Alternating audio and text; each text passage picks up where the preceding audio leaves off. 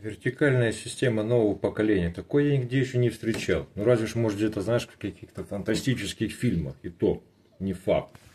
Смотри, какая пушечка такая. Да такая, да. Такая пушечка, пушечка. Так вот, не отвлекаемся на кошечку.